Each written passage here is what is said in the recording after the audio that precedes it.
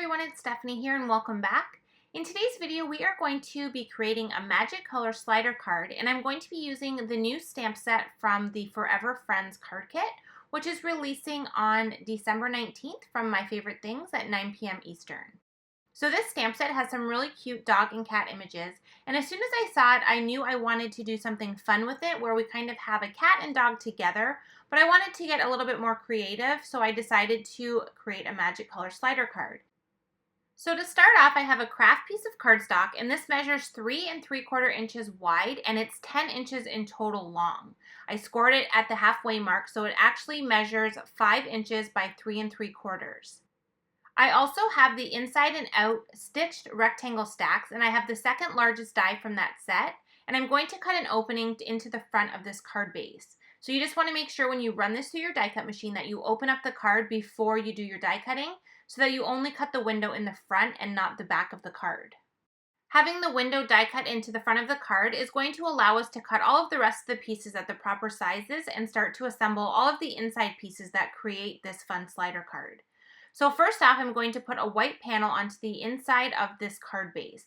So I have cut this at 4.5 by 3 1/4 inches, and I'm adhering it directly in the center of this card base. And when I close this window piece here, you can see that it fully covers that white piece and have a little bit of edge on the side so that we know that we're not going to have any of that craft peeking through. Now this white cardstock piece is where we're going to do our stamping. So by adding it to the inside of the card first, we know exactly how much room we have within that frame to do our stamping on the cardstock. So I have my whole card base inside my mini MISTI, and having this MISTI tool to do the stamping is just going to make all of the stamping much easier since I can keep the stamp positioned on the door. So I stamped the image onto the white cardstock panel with our new Extreme Black Hybrid ink, and this ink is compatible with Copic markers, so I will be able to color this image. I have a piece of acetate that is cut slightly larger than that window opening, and I'm just putting that right into the card base and pushing it right up against the top of that fold piece. And I'm going to close the card once again and put this back into my MISTI. So now that whole entire window is covered with an acetate piece there. So when I do stamping a second time, it's actually going to stamp on the acetate and not the cardstock. For this one here, I'm going to do the stamping with black STAX ink, and I forgot to take out the little plastic thing there, so I took that out, and now I'm adding the ink directly to the stamp. I'm using STAX for this portion of the stamping because we are stamping directly on acetate, so we need to use an ink that will dry on a non-porous surface. So STAX works great for that. So I stamped it once onto the little acetate piece there, and then I very carefully lifted it up and kind of separated the acetate from the white cardstock so I could see if I got a nicely stamped image. And I did decide that I wanted to get it a little bit blacker, so I put the card back into my MISTI. I put my magnet down to kind of hold it in place. Then I'm just going to do a second stamping of those STAX ink onto the acetate. And you can see now this is where the MISTI tool comes in handy because it allows me to do that second stamping, and I'm going to stamp directly on top of the first stamped image.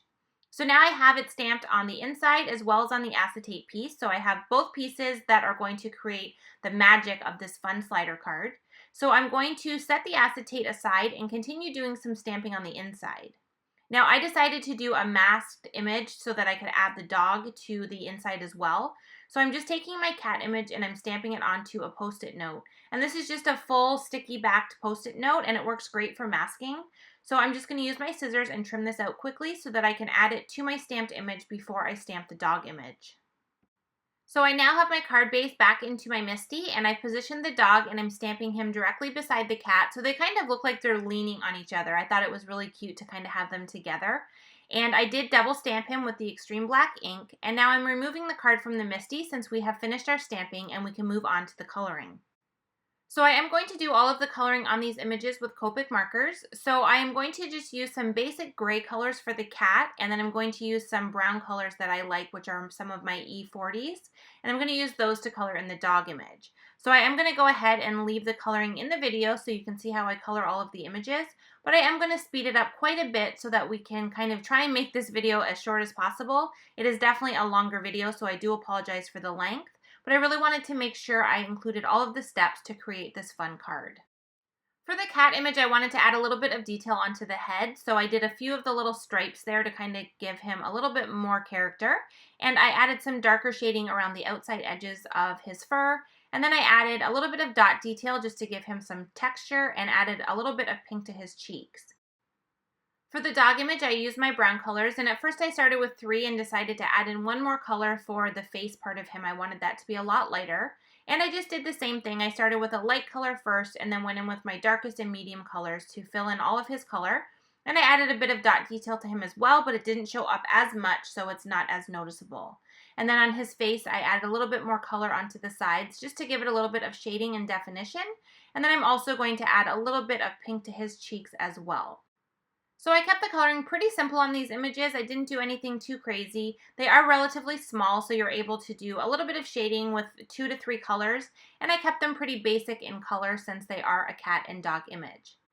So now that I have the coloring done, we can go ahead now and start to work on all of the different elements that we need to create to turn this into a magic slider card.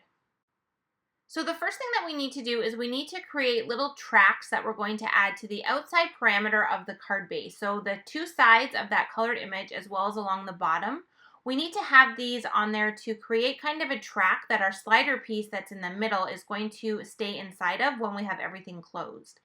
It'll make a lot more sense when I have everything fully on here, but let's go ahead and start to add these pieces on. So what I've done is I've taken the individual pieces and I've measured the length from the fold of the card down to the bottom, and I've trimmed 4 of these pieces down to be that size because we're going to put 2 of these on one side and 2 on the other side. So I'm using some 1/8" Scor-Tape, which is a really nice strong adhesive, and I'm adding this to the track, and then I'm adding this onto the card base. I'm just lining it up right along the edge of the bottom of the card as well as the side, and I'm adhering these directly onto the card. So now I have 1 layer of each of those tracks on both sides. So I'm going to double this up now and add the second layer onto the one that we've already put down.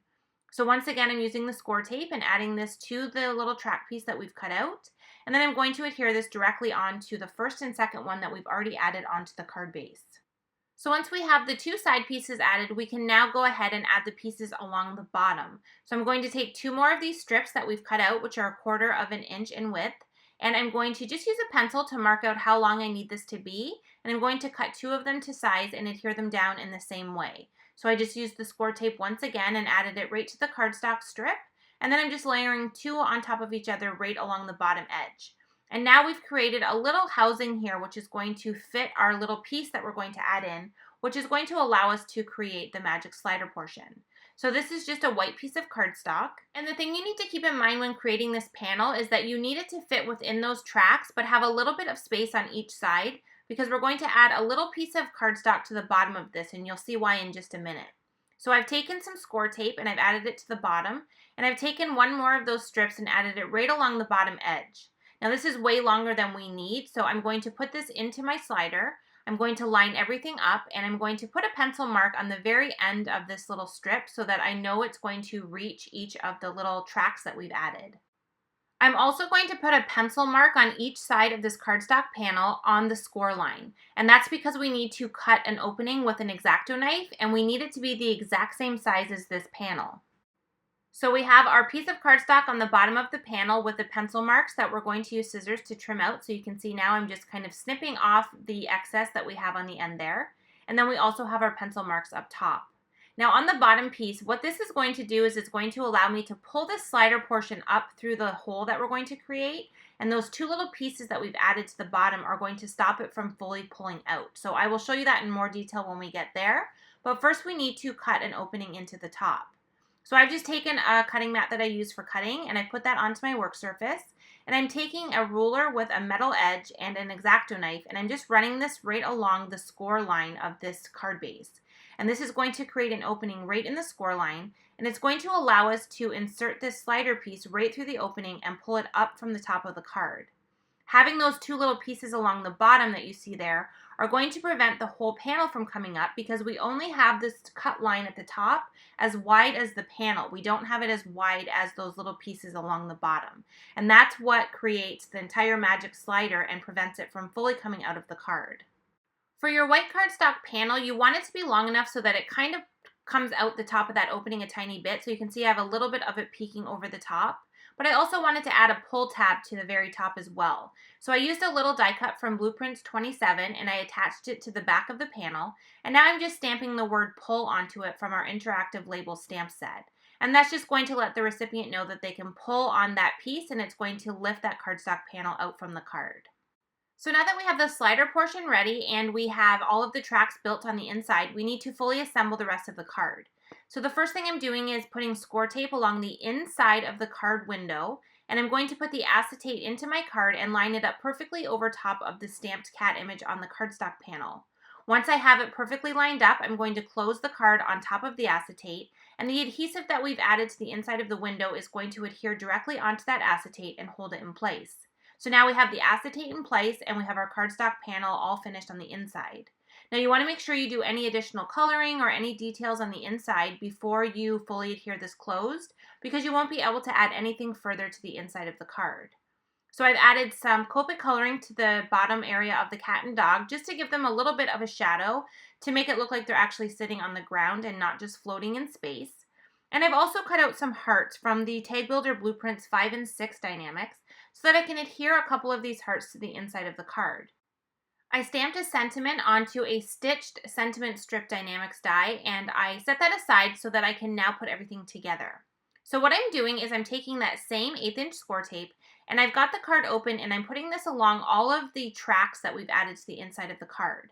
I have my inside panel in place, so it's up through the opening at the top and it's positioned into the bottom area of the card, and I'm adding the Scor-Tape to all pieces of those tracks.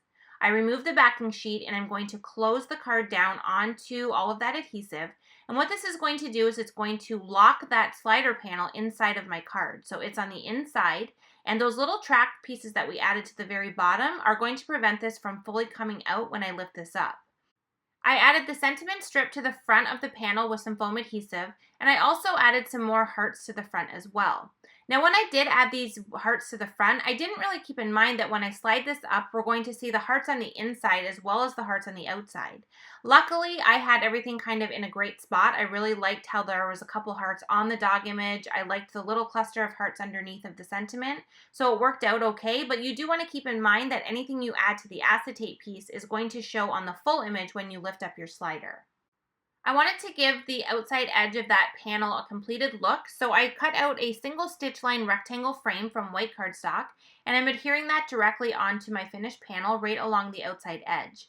And it was the perfect size to give me a nice even border along the inside with that great stitch detail around the outside edge. And then once I had that on there, I completed the card by attaching the entire panel to a top folding steel gray card base. I really love the look of the craft in the gray cardstock since we colored the images on the inside with the brown and gray colors. So that completes our Magic Color Slider card. I know this video was quite long and there was a lot of steps to create the card, but I promise that once you do it once, it becomes a lot easier to remember all of the different steps, and I feel like the end result is so worth it when you lift this panel and see all of that fun color underneath. I did end up adding 2 more hearts to the front. I decided that since I already have 7, why not have 9, and it would work nicely with the sentiment. So I did add 2 more hearts to the outside, and that completes this fun Magic Color Slider. Thanks so much for joining me in today's video. As always, I appreciate you being here. I would love it if you would subscribe if you haven't already, and I will see you in another video soon.